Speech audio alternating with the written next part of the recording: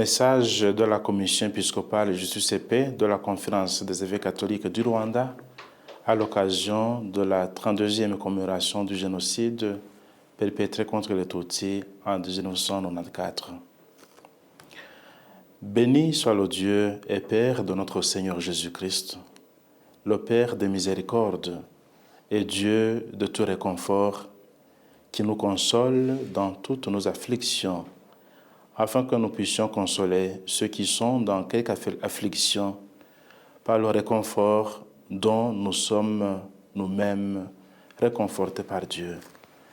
Deuxième épître de Saint Paul apôtre aux Corinthiens, chapitre 1er, du 3e au 4e verset.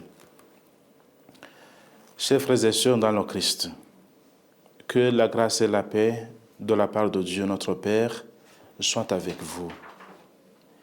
Il y a déjà 32 ans que nous commémorons le génocide perpétré contre les Tutsis en 1994 au Rwanda, en rendant hommage à toutes les victimes et en nous engageant sur le chemin de la mémoire, de la guérison des blessures et de la réconciliation. Nos frères et sœurs, tués à raison de la manière dont Dieu les a créés, étaient des victimes innocentes. Nous nous souviendrons d'eux toute notre vie, car nous partageons un lien profond. Avant tout, nous souhaitons réconforter les rescapés du génocide perpétré contre les Tutsis en leur disant « Soyez forts et trouvez consolation ». Le génocide perpétré contre les Tutsis est une tâche indélébile sur l'humanité et sur la nation rwandaise en particulier. Ce crime a trahi le pacte qui nous unit comme Rwandais. Certains ont commis l'irréparable en tuant leurs voisins proches, d'autres ont pillé leurs biens et ont nié notre fraternité partagée. C'est profondément douloureux, plus jamais ça. Nous continuons toutefois à exprimer notre reconnaissance à ceux qui se sont opposés à cette barbarie, à ceux qui ont choisi de protéger leurs voisins, leurs amis et d'autres pour chasser. Et certains sont allés jusqu'au sacrifice de leur vie. Leur témoignage nous console, nous inspire et nous fortifie.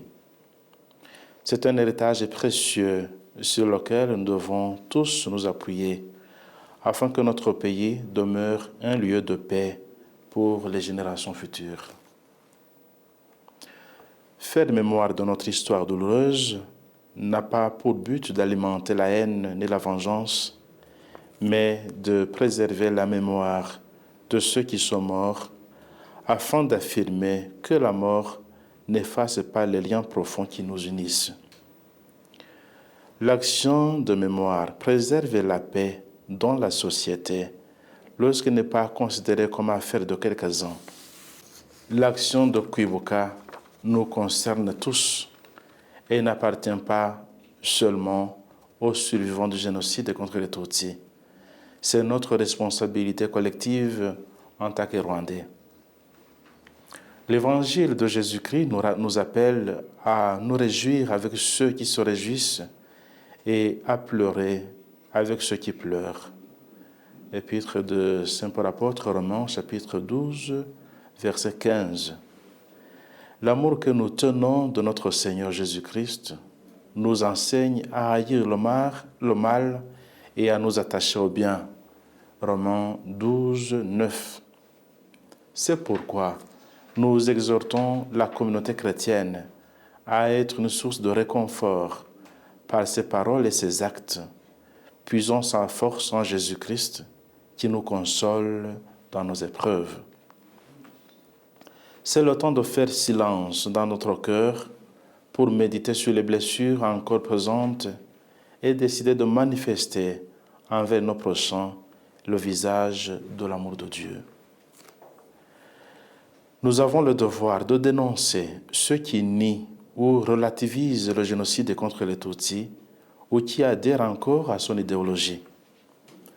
De telles attitudes ne nous conduisent qu'au recul et à la désintégration des acquis que nous, Rwandais, avons enregistrés, à savoir l'unité, la réconciliation, le pardon et la paix.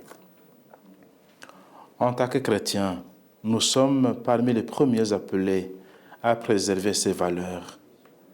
Nous sommes aussi appelés à éduquer les jeunes, ceux qui n'ont pas connu les horreurs du génocide, en les élevant dans une culture du respect mutuel, de l'amour et de l'attachement au bien. Transmettre aux enfants et aux jeunes un esprit de paix et d'humanité les aidera à grandir avec un cœur ouvert, sans crainte ni ressentiment, et à défendre la dignité et la valeur de chacun. Chers frères et sœurs, bien que notre pays ait traversé des temps obscurs, nous nous réjouissons des progrès accomplis en matière de reconstruction, de réconciliation et de pardon demandé et octroyé, visant la paix durable et la guérison des blessures. Continuons à nous soutenir mutuellement, à rester unis et à nous encourager les uns les autres. C'est ainsi que nous deviendrons plus forts. Évitons des paroles blessantes et les actions nuisibles qui meurtrissent le cœur. Consolons-nous les uns les autres comme le Christ nous console, afin que la paix de Dieu s'épanouisse dans nos vies et dans tout notre pays. Nous nous confions à notre Mère, la bienheureuse Vierge Marie, Notre-Dame de Kibero, fait à Kigali le 6 avril 2026, signé par son Excellence Monseigneur Anaclet Monvaneza, évêque du diocèse de Nyundo et président de la commission épiscopale Justice et Paix Rwanda.